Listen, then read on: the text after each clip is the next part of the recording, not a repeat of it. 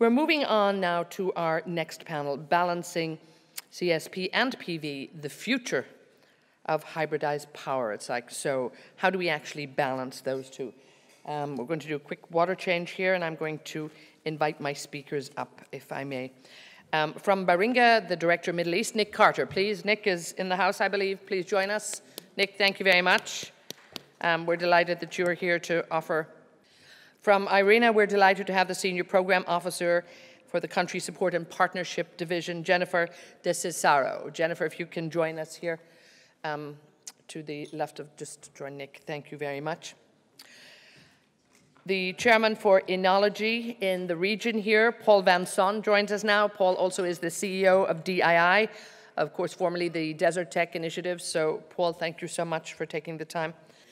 And also, please, from Aqua Power, absolutely delighted to have with us the Chief Business Development Officer from Aqua Power, Dr. Andrea Lovato. Thank you so much for taking the time to join us.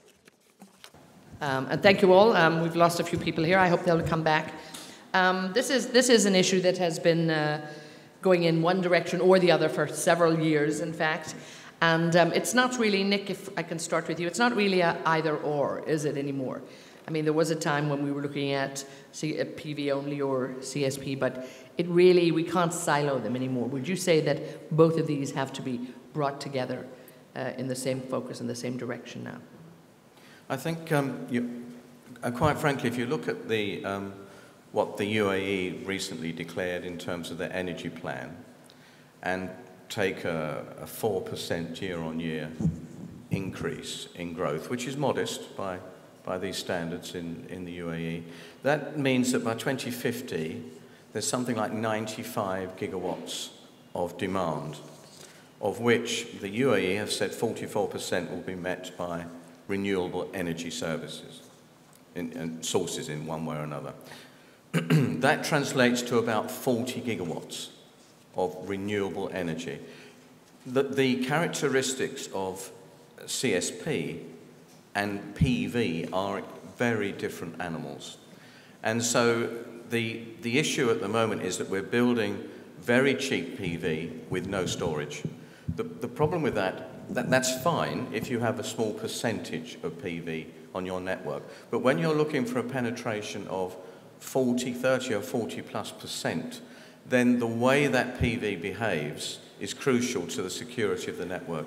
And some of the biggest issues with PV without any battery storage are obviously ramp up and ramp down rates and ramp control, particularly under cloudy conditions. And we know that installations can lose 90% of their output in less than a minute on a PV system. So PV with battery storage is going to be something that's essential. PV with battery storage is actually, at the moment, slightly more expensive than CSP.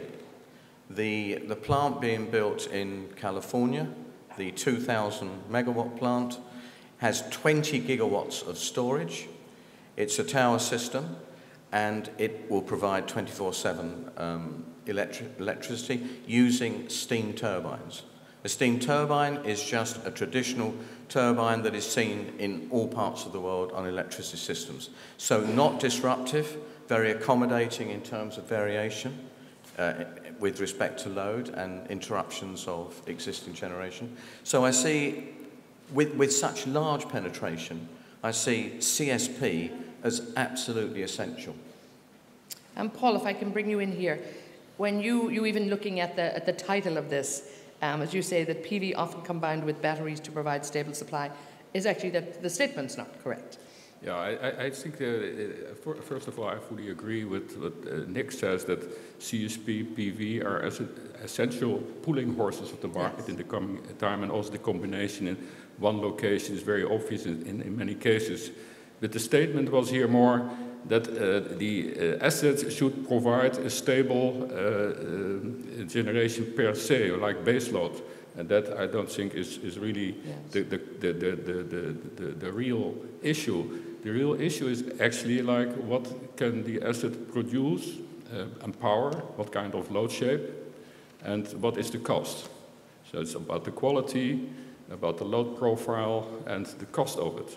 So it's not that bad if a PV produces as a sinus during the day and then does not produce during the evening and the night, as long as the total grid can cope with this. That was my point.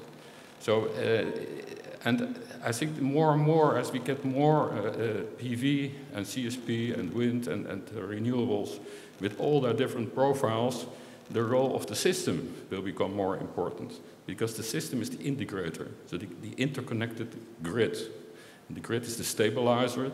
The grid in itself is a sort of storage. So number one is the storage of the grid, or the grid capacities. Then the assets, they are connected to the grids.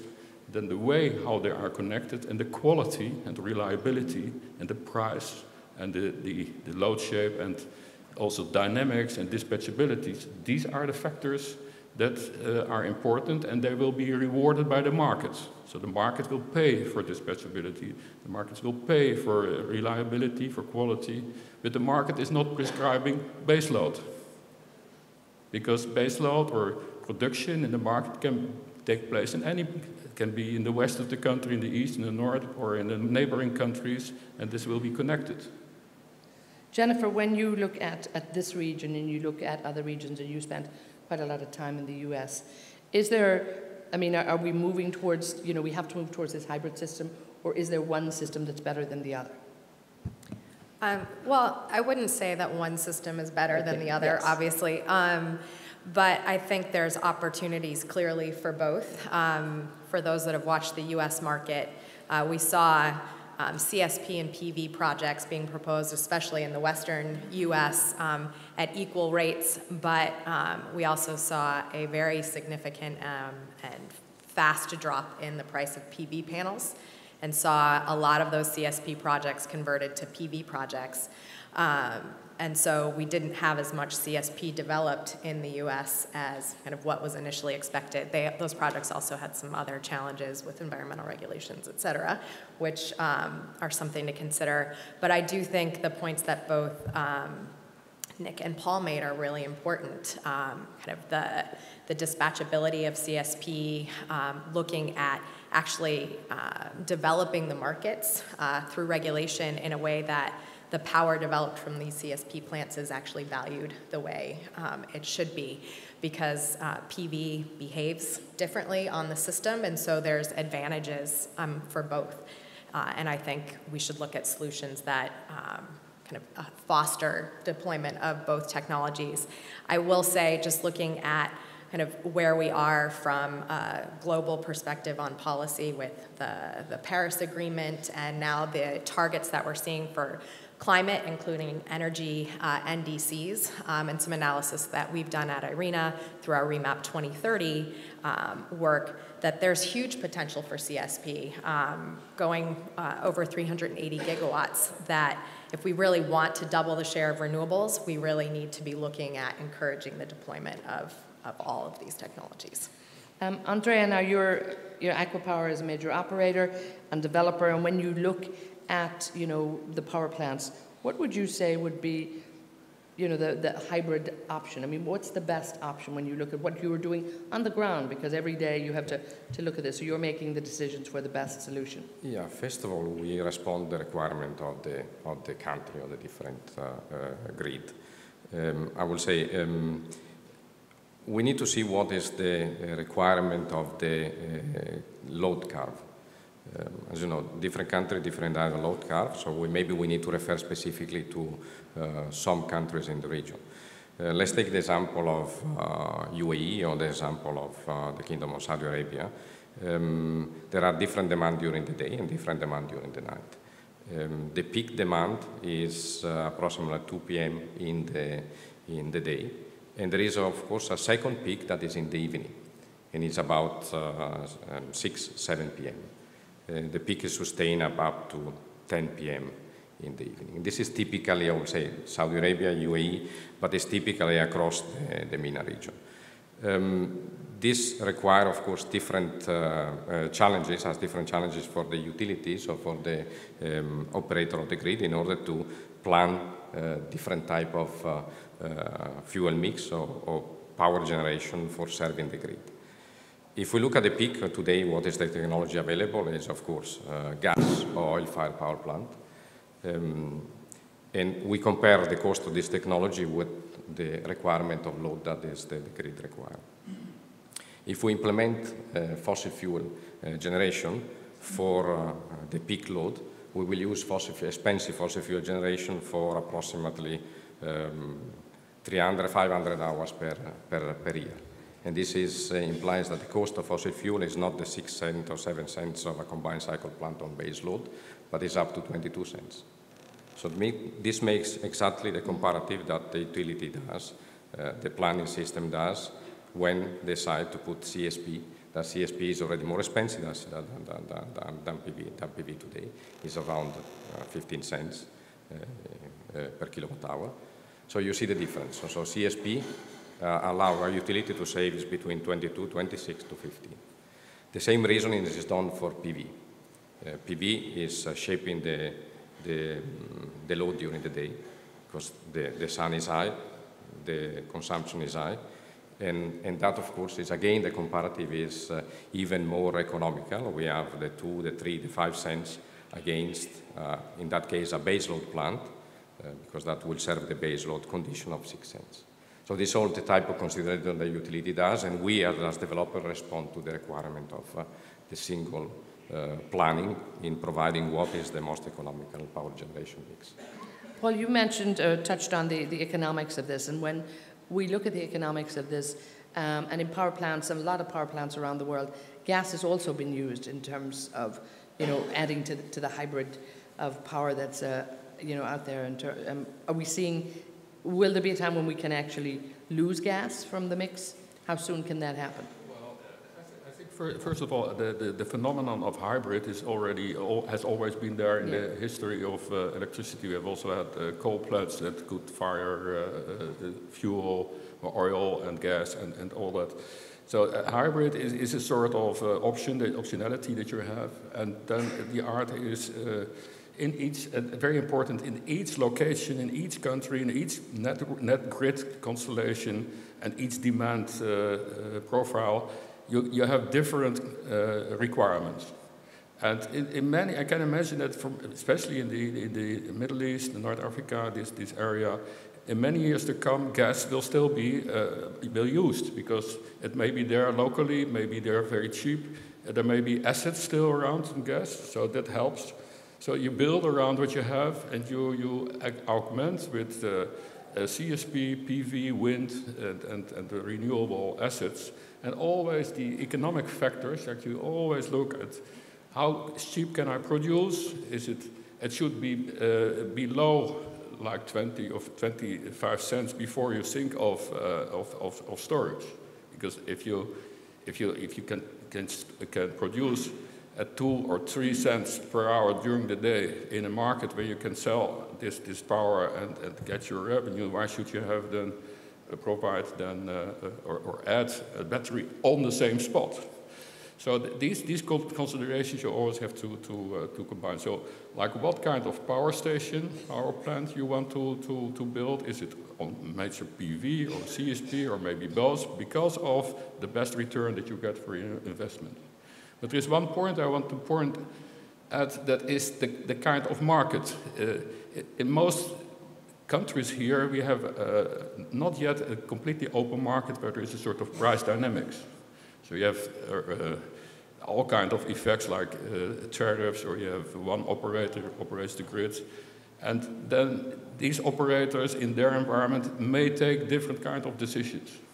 So because there is not a really transparent pricing, not a price related on supply and demand, but more based on other effects.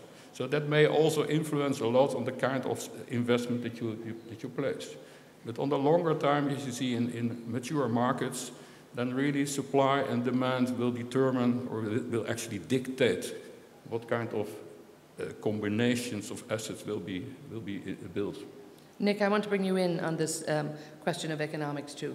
I mean, obviously the supplier is going to, or not the supplier, the developer is going to, and perhaps Andrea can look at this too, look for the best deal and look for that. So how important is, when we look at the economics of what decision is going to be made, who's going to win out in terms of looking at it that way? The economics in terms of the technology? Of the technology, or what to choose? I mean, or are we now on the dual system whereby we're looking at both for the most part? Yes, we are.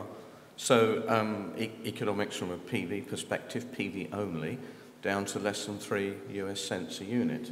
And that will taper off, but you know, how low that will go, I'm not sure. Battery storage will definitely come down, but as I said earlier, and I think there's general consensus that CSP in this region, if you look at Northern Europe, you would not be using CSP. You might substitute that for wind or other sources. But in the MENA region, you really have CSP or PV as really the two most reliable renewable energy sources.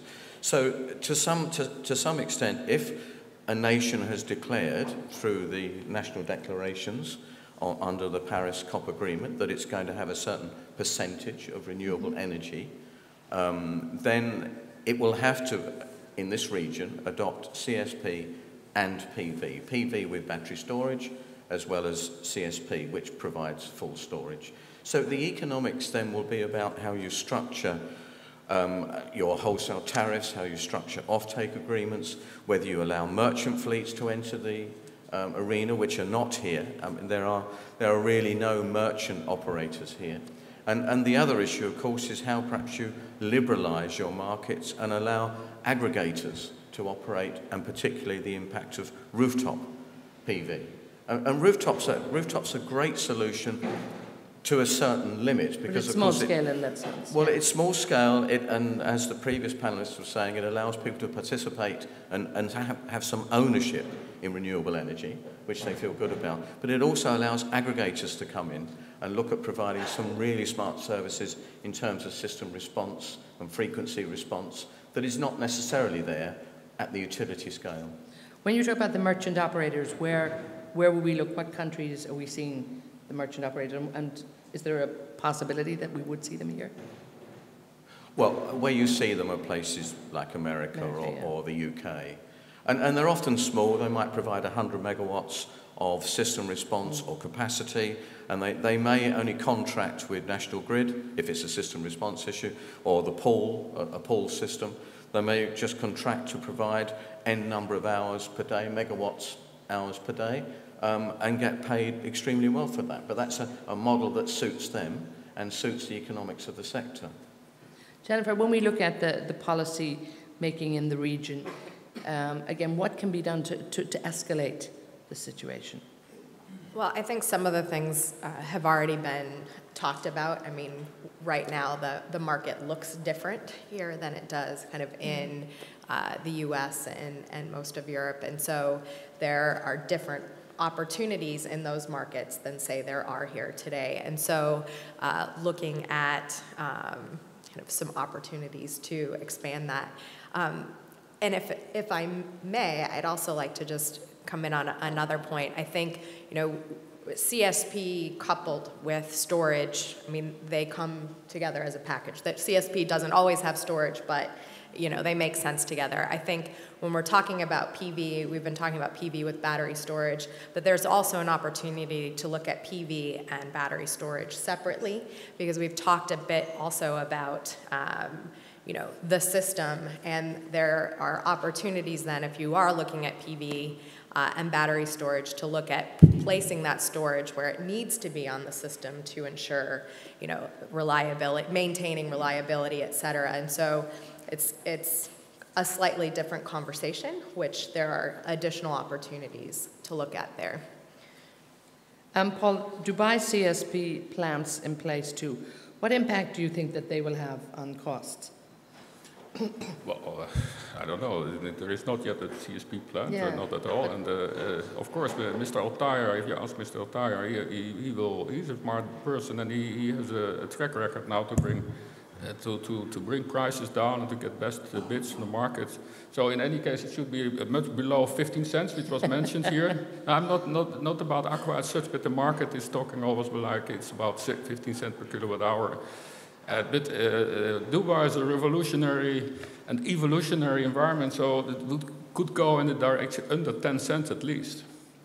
Under 10 cents. Yeah. Do you want to come in on this? Please, if we have any questions on this, I know we haven't had a whole lot of time. Our sessions have been rather short, so please at any time, if you'd like a question, we have that. Okay, we're going to take one here from Jeff. Let us know, the panel know who you are, Jeff. Jeff Robinson from Oricon. One of the things that we've been talking about is these, how we can smooth the grid using things like CSP and so on. But could you talk a little bit about some of the opportunities to provide storage through things like gravity systems? I mean, there's some things like this where pump storage and so on, or even such simple things as actually being able to have cooling stored through ice plants and so on. Just hasn't been part of the conversation yet, and I'd be interested in getting your views. Okay, thank you, Paul. I'm very happy with this point, because we should, again, like I said at the beginning, we have actually all the elements in the system should work together to provide a reliable supply. And the very interesting thing is the cooling, because in the UAE, for instance, in Dubai and Abu Dhabi in the summer, the load is in the hot period is like 70, even more than 70% is cooling. And if you see that PV costs are going down to 3 cents, 2 cents, maybe 1 cent one day, or I don't know, maybe lower. It costs almost nothing to produce cooling energy during the day if you have the sunshine. If you produce ice, it's very cheap, very easy to do. You can use this ice in the evening and the night, so you can cover with PV alone the whole part of the load with all its own dynamics, like the air conditioning, as a one chain in the grid. So you need a grid, you need PV, and you need cooling storage. So and also your gravity, or pump storage and everything, all elements, everything that can store or that can wheel from one point to the other, like shift through grids, should be used. Still, there is a need for hybridization in some locations, yes, especially in islanded systems or in areas where you have very weak grids, or where you have stability problems or power supply quality problems, yes. But the real big thing will be through these kinds of elements. Nick, you want to come in here, please? Yeah, chilled ice is really, it's about peak shifting, not so much changing the dynamics of the transmission system.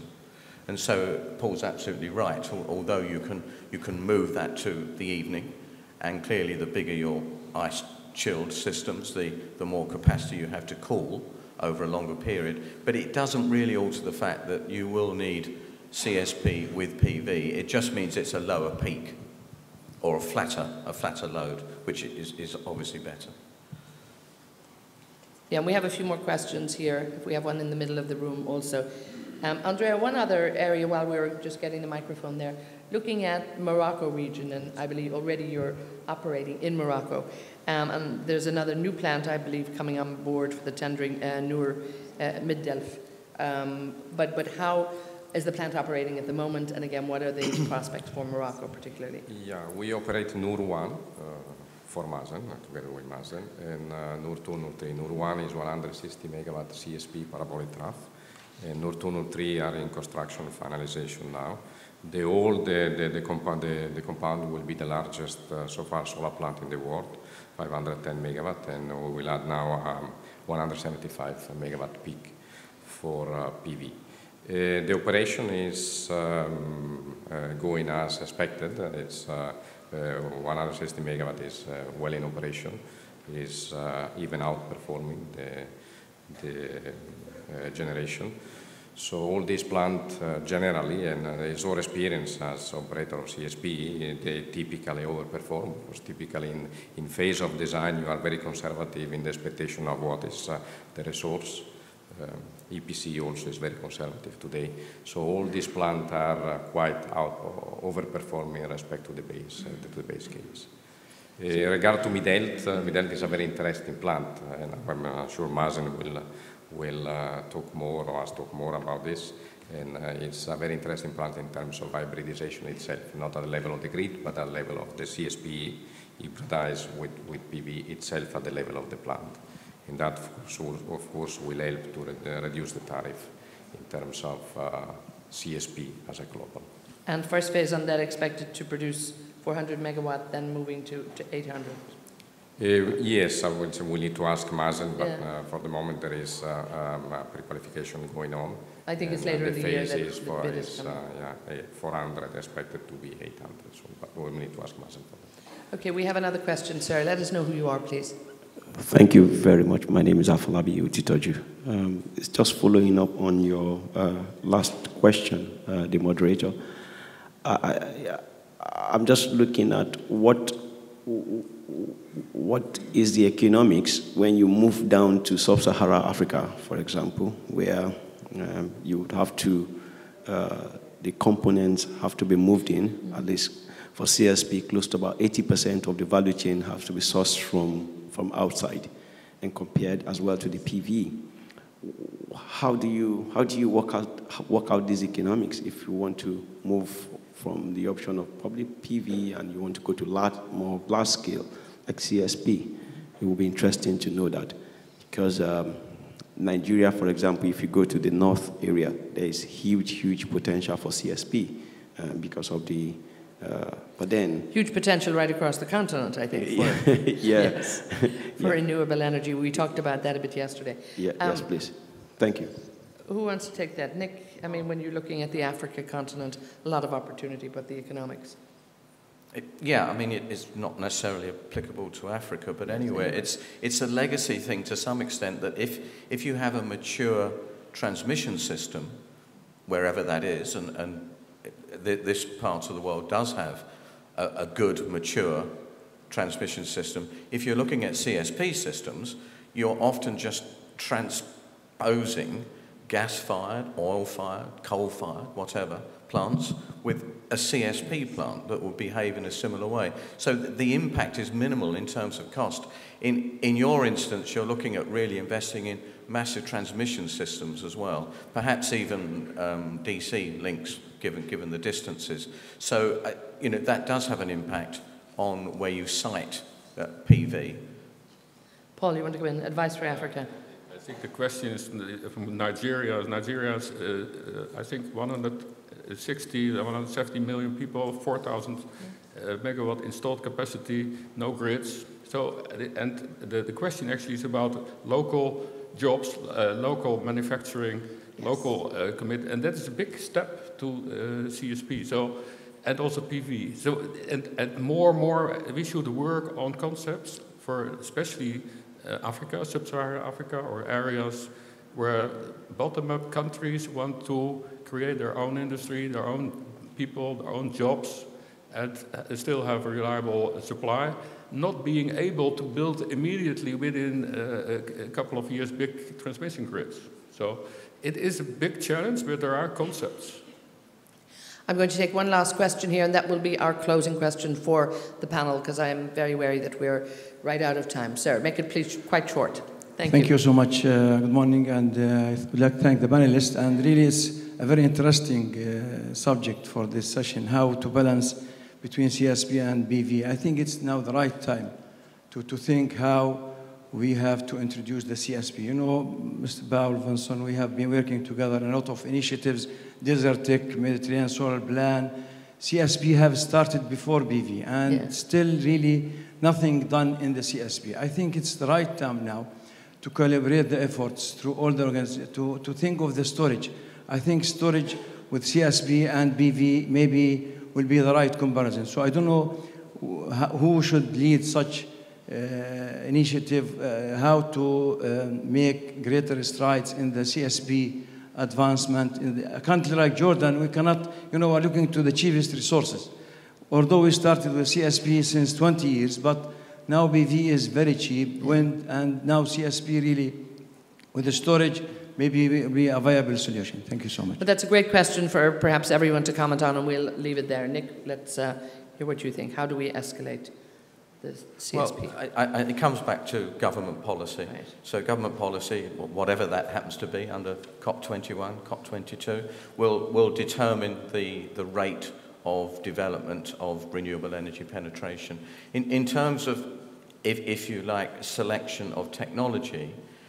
A lot of work that we do in Baringa is actually look at where, firstly, your demand and sense of demand, and then you would look at how you dispatched and how the network behaved with certain characteristics overlaid on that. So, for example, a CSP plant would behave very differently to a PV one with storage or limited storage, maybe 6 hours, or to one without storage. So those things will gradually be modelled, and the behaviour, the dynamics of the network and the load centres with respect to the generation centres will eventually determine which technology is used.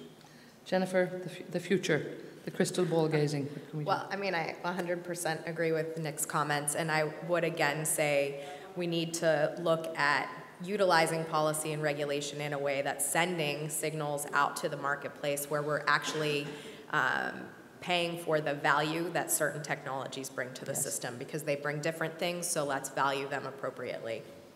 Paul, closing word. Yeah, I fully agree. I mean, you should not pull a horse that's dead or almost dead. But on the other hand, in some areas that may be the case with some technologies that simply do not work or are too expensive. CSP, there is a future for CSP, but it will be a different future. But we should not push too hard. I mean, it's not an objective on its own to have CSP. But CSP in many areas, the cost will go down. We will see this in Dubai, for instance, and in other places. It is a slower pace, CSP. And PV, I would say, concentrate on PV and wind, the very cheap technologies. Concentrate on grids, and also the connection, like this question from the room, the connection with demand. The dynamics of demand is not yet sufficient use of the dynamics or the flexibility of demand. And if you combine this, at one point in time, CSP will come in the game as well. So, Andrea, what will make your life better for the near future? Yeah, I would say, first of all, the economics is the king here, yes. Because, of course, it's the tariff that decide what is the future for CSP and PV. CSP has to reduce cost, but more we do solar, more we do storage. Storage will be the key here. And storage either can go with PV or can go with CSP. So I would say our view is that CSP will have a big role, especially in this part of the world, and will be more on the base load conditions, while PV with storage will be on the shorter storage load, 3, 4, 6 hours. Super, and thank you all so much for a perfect question to end up and get some closing comments in terms of what we can expect in the near future. We have to wrap it there. Thank you so much, Nick, Paul, Jennifer, and Andrea. Thank you so much for taking the time with us.